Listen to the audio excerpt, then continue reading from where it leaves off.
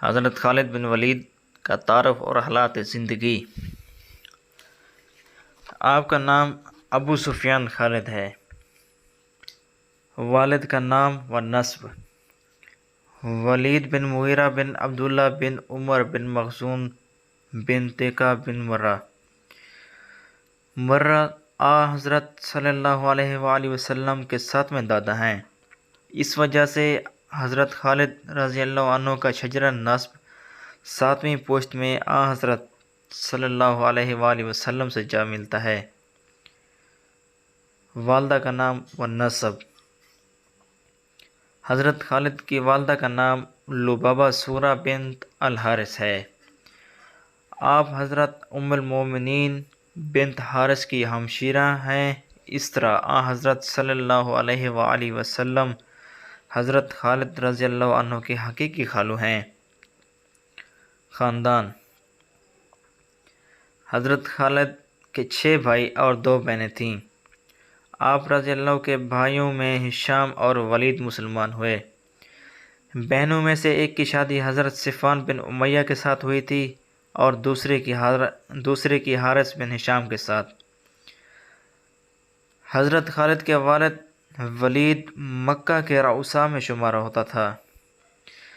مکہ مکرمہ سے لے کر طائف تک ان کے باغات تھے۔ آپ کا تعلق مخزوم قبیلے سے تھا جو قریش کے قبیلہ بنو ہاشم کے بعد مرتبہ میں دوسرے نمبر پر تھا۔ آپ کے والد کی ثروت کا یہ حال تھا کہ ایک سال بنو ہاشم مل کر غلاف کعبہ چڑھاتے اور ایک سال ولید تنہا غلاف چڑھاتے تھے۔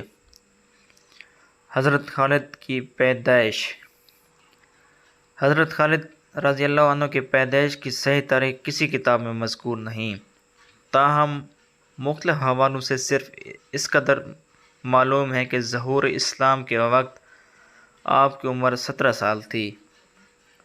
بچپن اور تربیت: عرب کے رواج کے مطابق حضرت خالد بن ولید کی پرورش بھی مکہ سے باہر دیہاتی ماحول میں ہوئی۔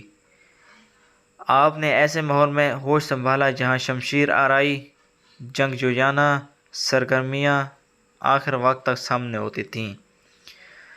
نیزہ بازی، شاہ سواری، شمشیر زنی، جنگی و پیش سے ہر وقت پالا پڑتا تھا۔ آپ بچپن سے ہی نڈر اور صاحب تدبر اور زیرک انسان تھے۔ شباب: حضرت خالد بن ولید رضی اللہ عنہ نے ایک ایسے ماحول میں ہوش سنبھالا جہاں شاہ سواری، نیزہ بازی، شمشیر زنی اور جنگی و پیش کے سوا دوسرے ذکر اذکار بہت کم تھے۔ مشہور روایتوں کے مطابق خالد بن ولید بچپن سے ہی نہایت پھرتیلے، نڈر اور صاحب تدبیر تھے۔ جوان ہو کر آپ کی شجاعت کا رنگ نکھرا اور آپ قریش کے منتخب نوجوانوں میں سے شمار ہونے لگے۔ مندرجہ ذیل واقعے سے بھی حضرت خالد بن ولید کی جسمانی طاقت کا اندازہ ہوتا ہے، جسے ابن عساکر نے بھی نقل کیا ہے۔ واقعہ یہ ہے کہ بچپن میں ایک دفعہ حضرت عمر رضی اللہ تعالی عنہ اور حضرت خالد بن ولید رضی اللہ تعالی عنہ نے کشتی لڑی اور حضرت خالد بن ولید نے حضرت عمر رضی اللہ تعالی عنہ کی پنڈلی ہڈی توڑ ڈالی، جو کافی عرصہ علاج کے بعد ٹھیک ہوئی۔ حلیہ: آپ کے چہرے پر چیچک کے نشان تھے، جسم مضبوط گٹھا ہوا اور سینہ بہت کشادہ تھا۔ حوالہ: از کتاب خالد بن ولید، سید امیر احمد۔ قبول اسلام سے پہلے: حضرت خالد بن ولید بھی اپنے والد کی طرح اسلام سے پہلے اسلام کے شدید مخالف تھے۔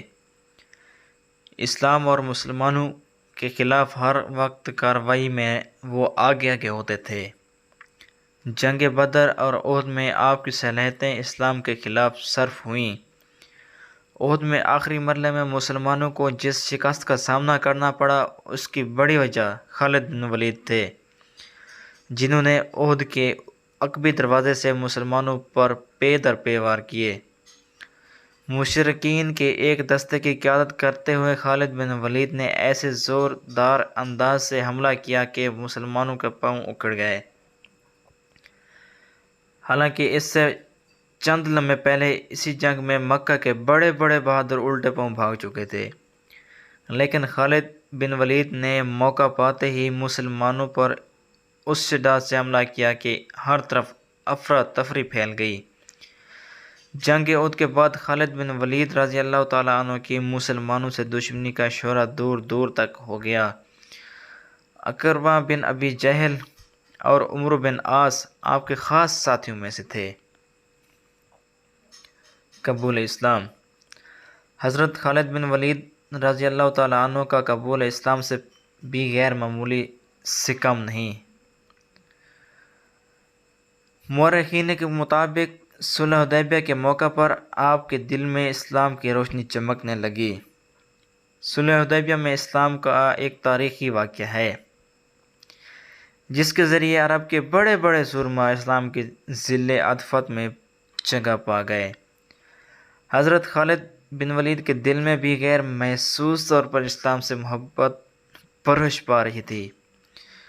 وہ دل و جان سے یہ بات محسوس کرتے تھے کہ کسی نہ کسی وقت سارے عرب پر اسلام کا پرچم بلند ہونے والا ہے۔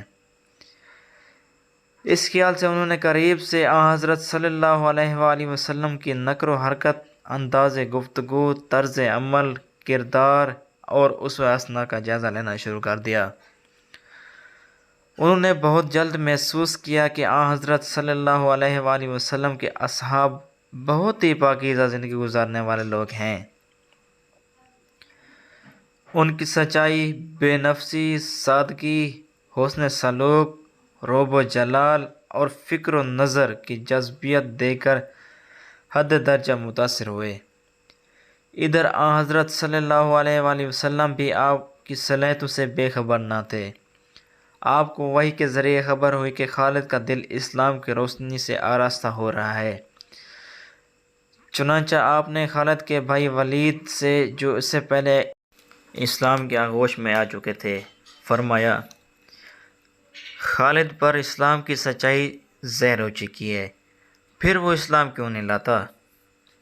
آن حضرت صلی اللہ علیہ وآلہ وسلم کا یہ ارشاد سن کر حضرت ولید نے بھائی کے نام درج ذیل خط لکھا، بھائی نامعلوم، آج آن حضرت صلی اللہ علیہ وآلہ وسلم کو تم خود بخود کیوں یاد آ گئے؟ فرماتے تھے کہ خالد پر اسلام کی حقانیت ظاہر ہو چکی ہے، وہ اسلام کیوں نہیں لاتا؟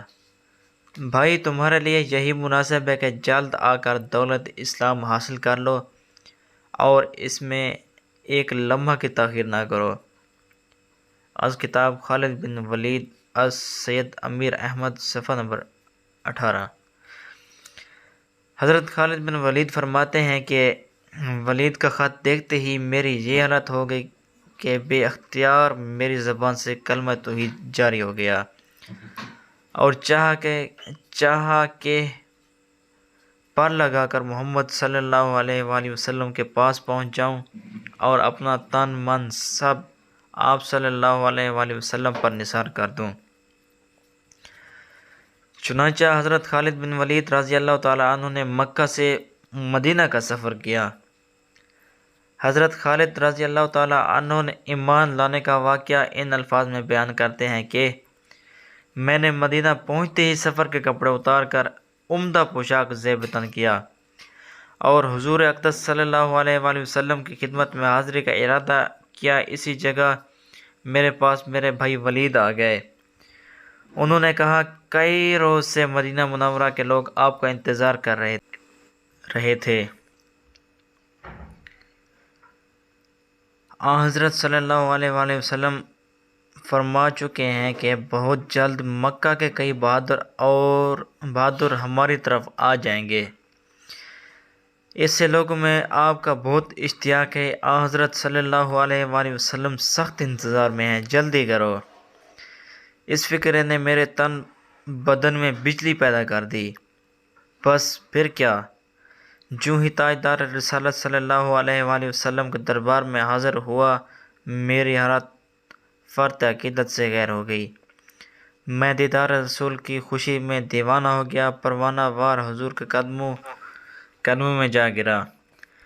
جس وقت حضرت خالد بن ولید رضی اللہ تعالیٰ عنہ نے حکم توحید پڑھا، آپ صلی اللہ علیہ وآلہ وسلم نے مسکرا کر داڑھ چل الفاظ فرمائے، جس کا ترجمہ یہ ہے: تمام تعریفیں اس خدا کے لیے جس نے آپ کو اسلام کی طرف راغب کر دیا۔